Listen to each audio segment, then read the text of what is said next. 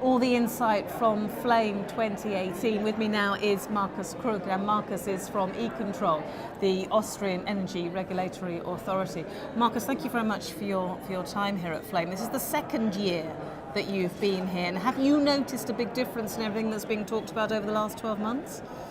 Yes, for sure. I mean, last year this whole discussion about greening the gas, decarbonization, how should the gas industry change maybe its narrative or its communication. I think there were some elements there last year of how this maybe should be changed or a new approach should be found. And this year I think it's much more, or we have arrived at the stage where I think the gas industry is comfortable with this new narrative and very much self-confident also to talk about this. There's a lot of people walking around being quite happy, I think. It seems so, yes. Yeah, it seems so. It's a lot of optimism. Yeah.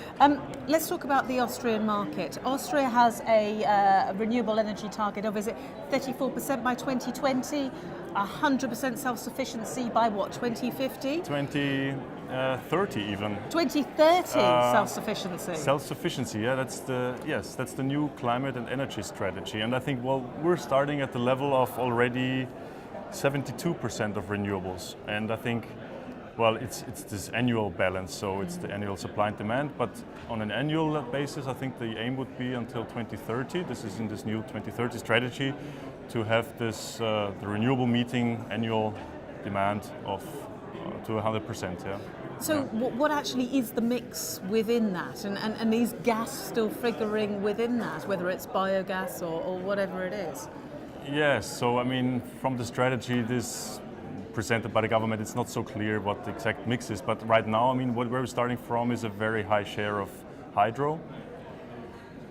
Biogas is, or renewable gases are at the very infant stage, so it's not really that much. I think, well, we are also phasing out coal, so this is, I don't know, between 2022, 2025, so that's good for gas. And, well, as I said, I think we will still need gas in 2030, but so to say that at least renewables could meet, yeah, on this, in this one, if you look at this from an annual supply and demand perspective, could meet to 100% the demand. But I think there will be certain hours, and for the seasonal demand, I think in the winter, the gas-fired power plants will be needed, for sure. So, and what about storage facilities? Storage is we are very well equipped in Austria, so we have, I think, if you look at it in relation to our annual consumption, the highest number. We could store our annual consumption, Austrian consumption of gas in the storages. But of course, our storages, as Austria is a transit country, are also very much used for downstream countries, Italy, Germany, Hungary, Slovenia. So, but yeah, I think they were in a good position regarding gas storages. What about just challenges in the market ahead of trying to meet those goals, those aims? What do you foresee? The challenges will be, well, I think what's not clear is, I mean, there is a strategy, there is sort of the targets, but it's still open how to get there. Yeah? And one of the challenges will be, I think, it's a lot about also sector coupling. I think that's the way the government sees sort of the road to decarbonization. It's with a good sort of sector coupling, and I think there also gas will play a role, the gas infrastructure will play a role, but it's not yet defined how to do that. So I think there a lot of more detailed work still needs to be necessary, and also some money may be needed to get there, to get this power to gas technologies, maybe to develop them further, to develop pilot projects and so on. So, and there some money needs to be also provided by the public. It's public sector. Yes, I mean, public or private? Or private, or I mean, even we're thinking about what the regulatory framework could allow regarding innovation and maybe incentives for development, research and development, and maybe also pilot projects, and maybe to have some more flexibility from the regulatory point of view. I think there are some elements already now in the Electricity Act in Austria, maybe, and that's what we're hoping also for from the European level, is to have a more explicit flexibility for allowing certain pilot projects, because mainly those are then carried out by the system operators. So it's the gas TSOs, the electricity TSOs, who see that there's maybe room for optimization between the two, and we could need some more flexibility also from the regulatory point of view. What about energy security, and particularly I'm thinking about the tragic accident you had last December. What do you think has been learnt from that?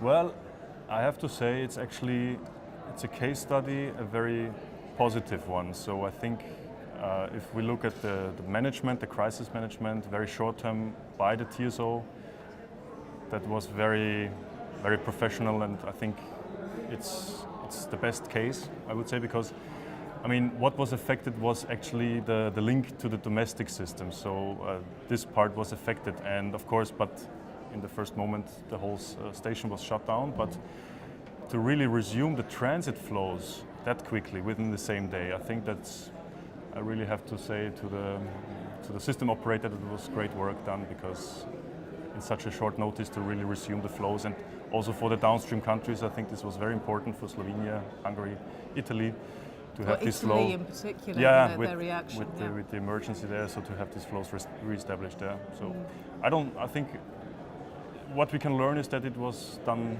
very well. And what about a knock-on effect, though, from maybe any of the geopolitical conversations you now start to have because of that? Because yes, the flow was put back quite quickly, but there was still that break. Yes, but I mean, also I think what the good, of course, these things can happen, and I mean it's still open to really identify the cause of this explosion. But I think to say that okay, it was in one part of the station, but it did not affect at all the other parts of the station is also good, and that allowed to resume the flows quite quickly. So I mean, I think it's a good. It's built in a good way so that such an incident in the same station does not impact the other parts of the station. So I don't think that any improvements can be made. I think this will be now rebuilt and should be, what's the word, reliable, and also somehow some redundancy in there, so to cope with, and also now to allowing the flows to refill the storages again, which are in the domestic system, is also quite important, and this has been achieved. So the system is working, and without much impact on the market participants to use the system. It's been very interesting talking to you, Markus. Thank you very much for your time here at Flame. Enjoy the rest of your time here. Thank you very much. Thank you.